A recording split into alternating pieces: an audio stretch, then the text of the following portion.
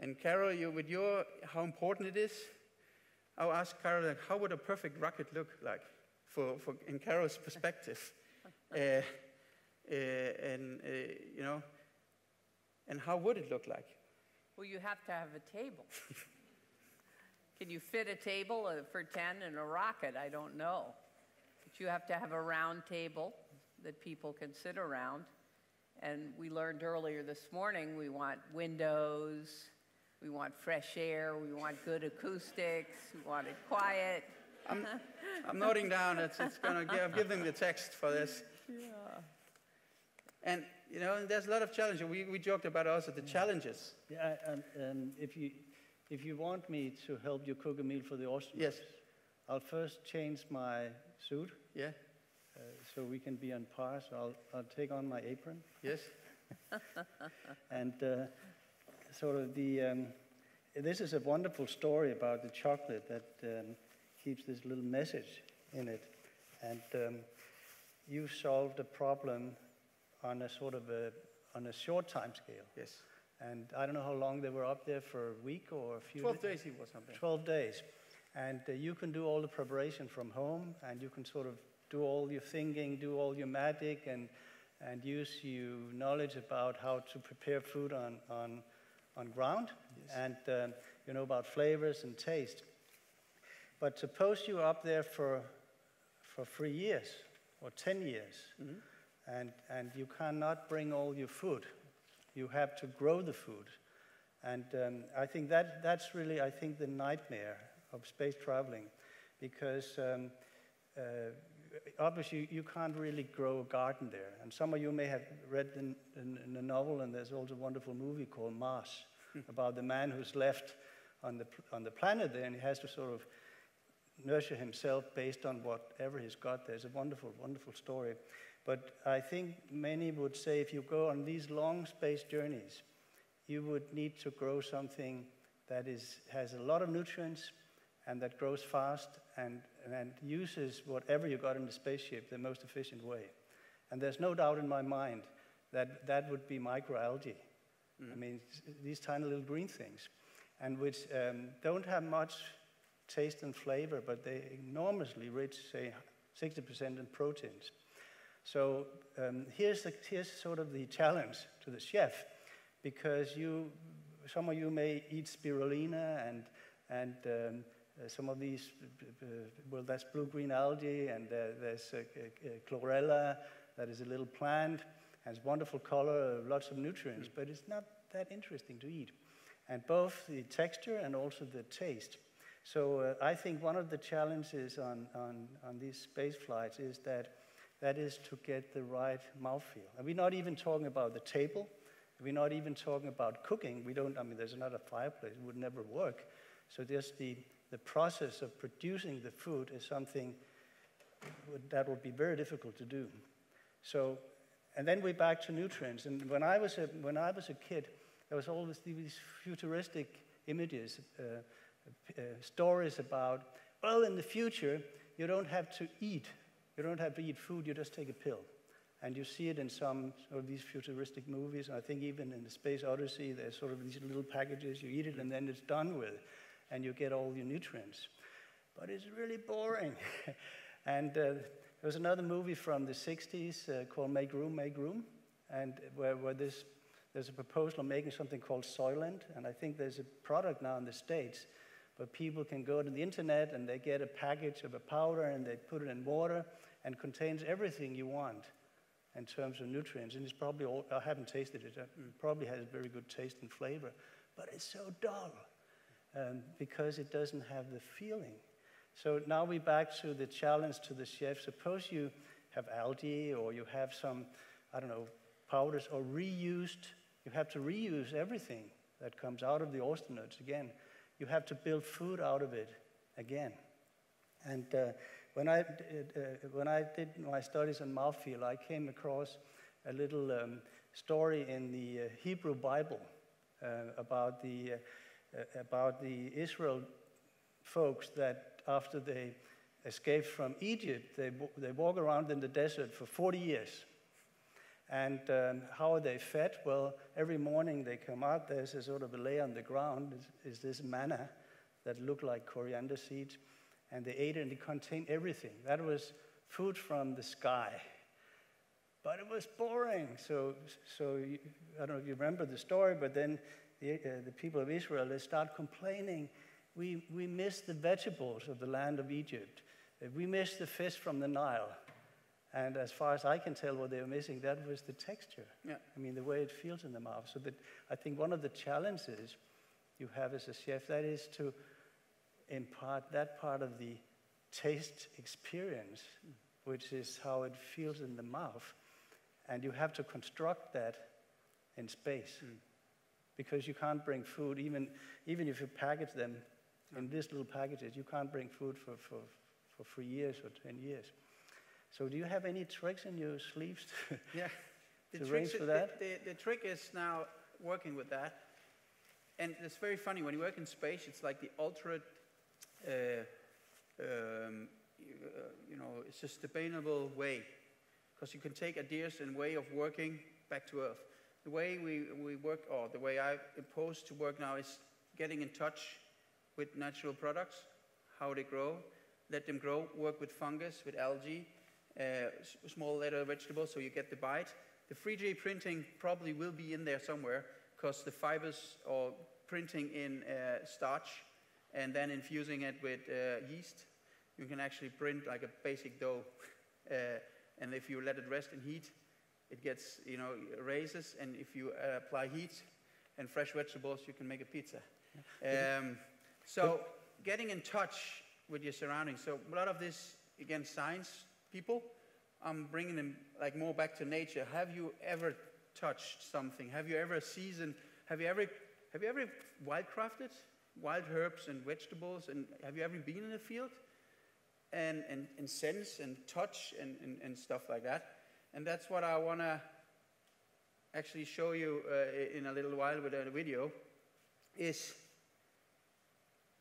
the moment when, again, 50 years ago, to get in touch with nature, to wildcraft, wild herbs. Here in Aarhus, it was kind of, I didn't know what to do. I just picked stuff. And then there was books from Mouritsen, which says, good in lasagna, that's it. And we tried stuff out, and had Jens, which was educated in how plants, and will text him poison or not poison. And he would send me back poison 60 milligram and beyond. So I knew, could I use it? So for me, the space is actually coming back, and if we want to go there, we need to learn to be in touch with the products. And in space, it's a kind of artificial surroundings, but here on Earth, it's the herbs. But I guess we have to reinterpret what commensality is. I mean, we don't have a table, but maybe rather getting around the fireplace and figure out what do you put in the pot and what ingredients you've got. Yeah. Would you imagine, Carole, the astronauts in the morning, they plans what to print today. Yeah. And they have some commensality around, now we print something of that particular shape, and this remind me about something, and we build in these different pieces because it reminds us about a carrot or something else. Can you imagine that, Carole? Would that just be the seasons? Yeah. Yeah, I am having a hard time imagining how they eat. I mean, it's hard enough to imagine what they eat, but yeah, how can they establish some commensality? They have a table, but they have a Velcro. Everything has to stick because it's floating around. Yeah. And the way, the whole getting in touch with products and as you said, the texture of food and the season. In space, you don't have, you have the sun going up and down maybe, and the day and night. So we need, as a human, have some rituals. And the proposal was also, if there are 10 different astronauts coming from different way, they should be they should do dinner, like a Mexican dinner, a Spanish dinner, and so it creates these reference points in this rocket. So we kind of have reference point to talk about. And again, it's all about touching, feeling, tasting texture. And in that regard, learning the language of flavors, I just want to enhance with what I just meant with the wild herbs. When I got in touch with the wild herb stuff, and now 15 years later, I want to show you a little video because I think it's important and one way to get in touch with your surroundings and for our children. And after the video, I'm going to finish off. But if we may turn on the video, it's about Vildmad, which I've been a small part of making recipes, and should be a tool to get in touch with your surroundings. We're going to see a short video, and I'm going to finish off. What if we were all foragers? If we were cooking with a little wild food every day?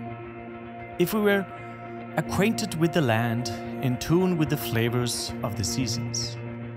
If we thought of the forest as a larder and the beach as a beautiful pantry? If we were able to stroll through the wild and pluck things like we do off the supermarket shelves? If we knew how to track down the ramsons shooting in early spring? What if future generations knew how to harvest sustainably? How to unearth roots that taste like cinnamon? What if the landscape became the focus of the meal, capturing the unique flavor of that point in time? I remember the first time I went foraging.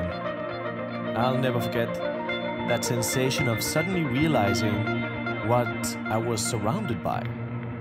I was like, oh shit, I'm actually standing in the middle of all this food.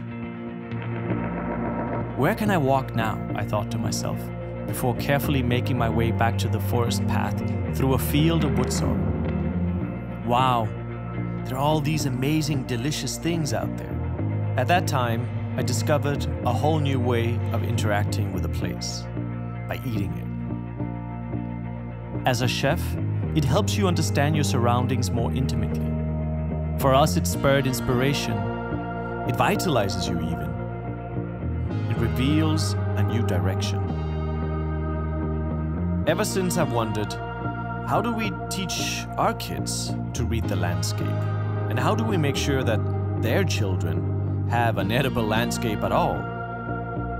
And how do we make sure that the generation following our grandchildren takes pride in knowing the rhythms of the season? In passing on the understanding that the wild landscape is an endless bounty of flavors, something to take care of. Let's picture a world in which we all looked beyond the line separating the wild, the urban, and the rural. A world in which we all noticed, let's say, the pineapple weed growing between the cracks in the sidewalk. Realize that the pretty flowers on the tree in our garden are so much more than that they're actually delicious, that we can infuse our oils and teas with cherry blossoms, that it doubles the beauty of that very tree. Most of all, let's imagine if we fully understood our inherent connection to nature, that the landscape is not just something we can interact with, should we choose to, but that it's actually something that we're supposed to engage with, in one way or another, every single day. What if we were all foragers?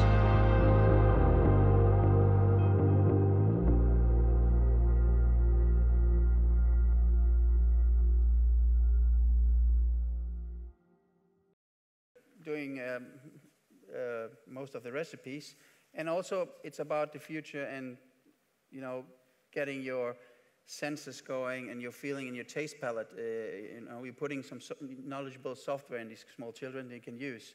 And in the short term, what we did was we trained 60 rangers, and I see some of them are here, in Denmark, how to use wild herbs and the surrounding.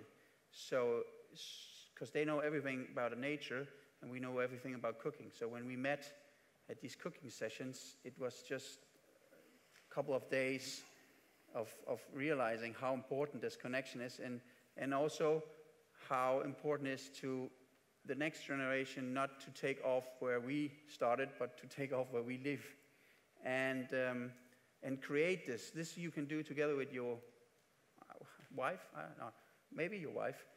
Children, you can do it together with children. You can do it together with your friends. You can enjoy, you can connect over the table. You are doing some wild stuff. And this has just been launched last week, official. It's an app, download it, have fun with it, and make comments. It's a very fun thing. And I just want to leave you with one sentence. For me, as a chef, what I do is, it's the importance of conscious food hacking and creating natural deliciousness. It's this, that's awareness, that we are conscious about where we are right now and what we want to eat and which surroundings we are in and being at that moment, not eating and other stuff on the side. That gives you very much pleasure, and I think we forget it on an everyday basis. So I hope I think the time, I get 2 signals from you now. I think time is done. I hope you enjoyed some of it. Thank you.